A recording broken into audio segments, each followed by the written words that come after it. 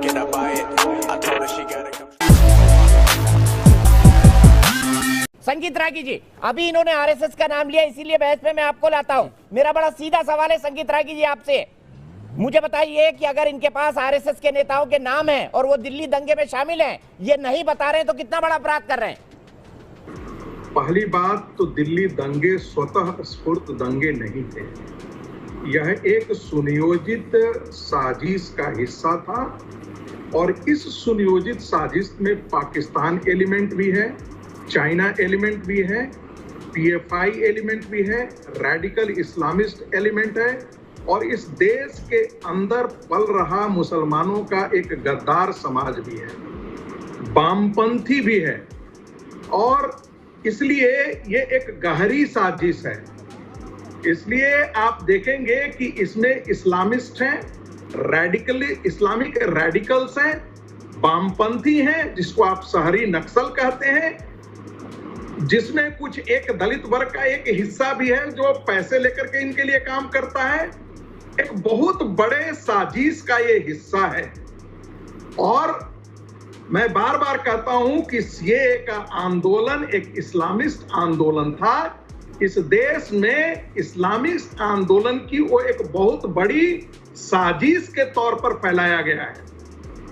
मैं इस बात का जिक्र करता हूं कि देश का हिंदू समाज यदि इनके पीछे नहीं यदि सचेत हुआ, संगठित नहीं हुआ, तो ये गद्दार कल जाकर के फिर से देश विभाजन की बात कर सकते हैं। मैं एक बार और कहना चाहूंगा कि सबसे पहले कुरान पर प्रतिबंध लगना चाहिए, क्योंकि कुरान ही जो है वो आतंकवाद की पाठशाला है। कुरान की आयतें ही लोगों को बताती है कि ये काफिर है। कुरान की आयतें कहती है कि इनको मारो। कुरान की आयतें कहती है कि हिंदुओं के खिलाफ हिंसा, जो काफिर है उनके खिलाफ, जो मूर्ति पूजक है उनके खिलाफ हिंसा करो।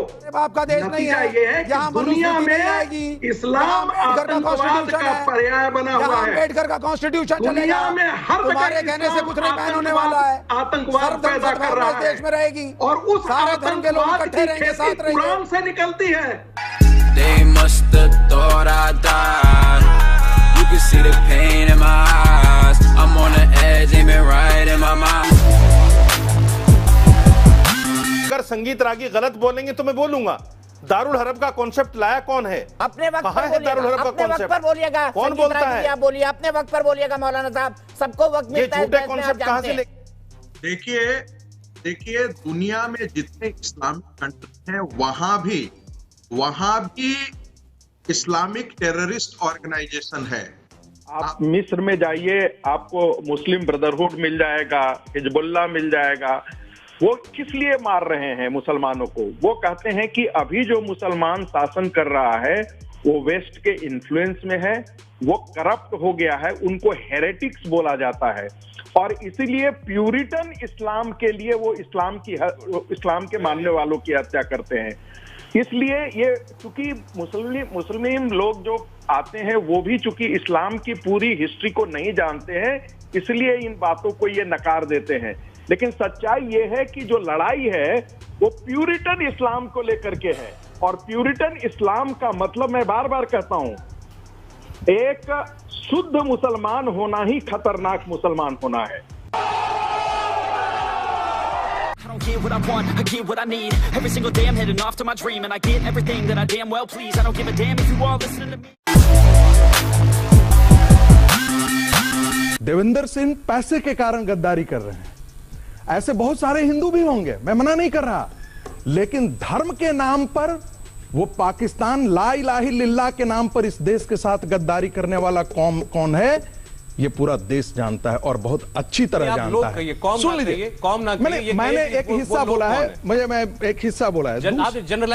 दूसरी बात ना मैं हिंदुओं को आतंकवादी कहता हूं ना मुसलमानों को। आप हमारे हिंदू भाइयों की तौहीन मत करें। शोएब सुनिए, हिंदू आतंकवादी नहीं होता, जहां ऑब्जेक्शनेबल बात आएगी मैं ऑब्जेक्ट करूंगा। मैंने बार बार कहा हिंदुओं में भी कुछ हो सकते हैं।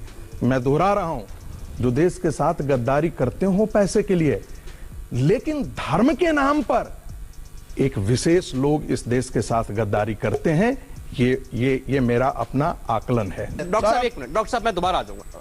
आपकी पार्टी ने इसी बात पर एतराज किया कि आतंकवादी का धर्म क्यों बताया, सिंह की जगह खान होता तो कुछ और होता, लेकिन बार बार यह कहना कि आतंकवादी किस धर्म से ज्यादा आते हैं, क्या यह उचित है? देखिए सौरभ, हम चाहे तो असलियत से मुंह मोड़ सकते हैं और चाहे तो कांग्रेस की तरह धर्म के आधार पर आतंकी राजनीति भी कर सकते हैं। जो कांग्रेस ने किया वो सरासर गलत था। चाहे गद्दार कोई भी हो, किसी भी धर्म का हो, उसे गद्दार कहना चाहिए और देवेंद्र को अरेस्ट करने वाली पुलिस भी हमारी ही है। लेकिन जहां तक धर्म का आपने सवाल पूछा, इससे हम मुंह नहीं मोड़ सकते कि आज पूरे दुनिया में इस्लामी आतंक है और वो धर्म विशेष से आता है। धर्म विशेष के लोग जिस प्रकार से अपने धर्म को देखते हैं और समझते हैं वो उसका अनुसरण करते हैं। हाँ, आँख बंद नाक बंद, खोटा खोटा बात बंद, बनना है तो बाप बंद, छोटे थोड़ा शाप बंद, चार जन जब करेंगे तेरी बुराई। कि अरब देशों से भारत को स्वतंत्रता, न्याय इत्यादि और सेकुलरिज्म के मामले पर कोई भी उपदेश लेने की आवश्यकता नहीं है। जिनके यहाँ स्वयं ये सब चीजें नहीं, वो दूसरे को, दुनिया को उपदेश नहीं दे सकते हैं।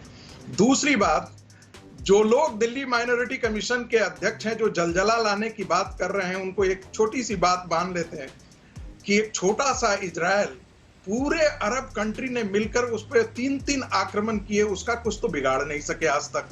तो भारत जैसे उपमहाद्वीप के आकार के देश को, इतनी बड़ी ताकत को वो क्या कर लेंगे, ये बताने की आवश्यकता नहीं है। तीसरी बात, मुझे दिल्ली माइनॉरिटी कमीशन के अध्यक्ष जफर इस्लाम के फेसबुक से कोई आश्चर्य नहीं हुआ है। हिंदुस्तान के बारे में, हिंदुस्तान के मुसलमानों के बारे में जो आपने एक बात कही थी शुरुआत में, एक तबका, मैं सारे मुसलमानों के लिए नहीं कर रहा हूं, लेकिन एक तबका ऐसा है आज भी, और वो बहुत बड़ा तबका है, जिसके मुंह पर संविधान है, दिल में अरबिस्तान है। मैं कहता हूं, देश जरा इसको पहचान, क्या यही है उन मुसलमानों की पहचान?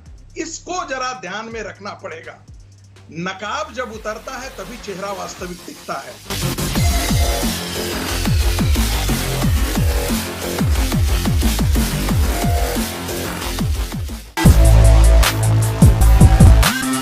रागी, क्या ये एजेंसियों का फेलियर है या ये दंगाइयों की कामयाबी है? लेकिन ये मैं कहूंगा कि ये पूरी तरीके से प्लान्ड एक चीज है, जो 600 लोग 700 लोग ऐसे इकट्ठा नहीं होते। और मैं एक और बात कहना चाहता हूं, देखिए, ये मुसलमानों की मानसिकता का द्योतक नहीं है, ये इस्लाम की मानसिकता का परिचय है। मैं जानबूझ करके कह रहा हूं कि ये इस्लाम की मानसिकता है, और ये इस्लाम की मानसिकता कुरान की आयतों से ही आता है, ये कहीं और से नहीं आता है। क्या कारण है कि इस्लाम को मानने वाला हर जगह आतंकवादी और इस प्रकार के हिंसा आगजनी में लिप्त होता है? ये मानसिकता कहां से पैदा होती है? ये मानसिकता एक टेक्स्ट बुक, एक किताब से पैदा होती है। दूसरी बात मैं कहना चाहता हूं, 3-3.5 लाख हिंदुओं को मार करके कश्मीर से भगा दिया गया। हिंदू समाज चाहता तो हाथों में तलवार और बंदूक लेकर के मुसलमानों पर पील पड़ना चाहिए था पूरे देश में। ऐसा नहीं हुआ। क्यों नहीं हुआ? क्योंकि हिंसा हिंदू समुदाय की मानसिकता नहीं है। देखिए, अमेरिका के अंदर द हिस्ट्री ऑफ जिहाद नाम की एक किताब है, from Muhammad to ISIS, Robert Spencer की किताब है। वहां पर प्रोफेट मोहम्मद को ISIS से तुलना कर दिया है। कौन सा मुस्लिम समाज वहां पर उठ करके दंगा कर रहा है? दंगा करेगा तो उसके जबड़े तोड़ देगा अमेरिका की सरकार। इन मानसिकताओं को, ये आतंकवाद जहां से पैदा होता है, उस बीज को समझिए। जब तक उस बीज को नहीं समझेंगे, ये देश जगेगा नहीं, और देश को जगने की आवश्यकता है। ये आदमी बैठ करके टेलीविजन पर खुलेआम कह रहा है ये आग है, यानी कि इस्लाम शांति का प्रतीक नहीं है, इस्लाम आग का प्रतीक है।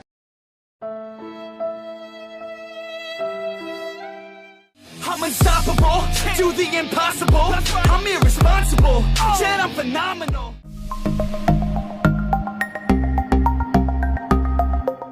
हमारे लास्ट वीडियो का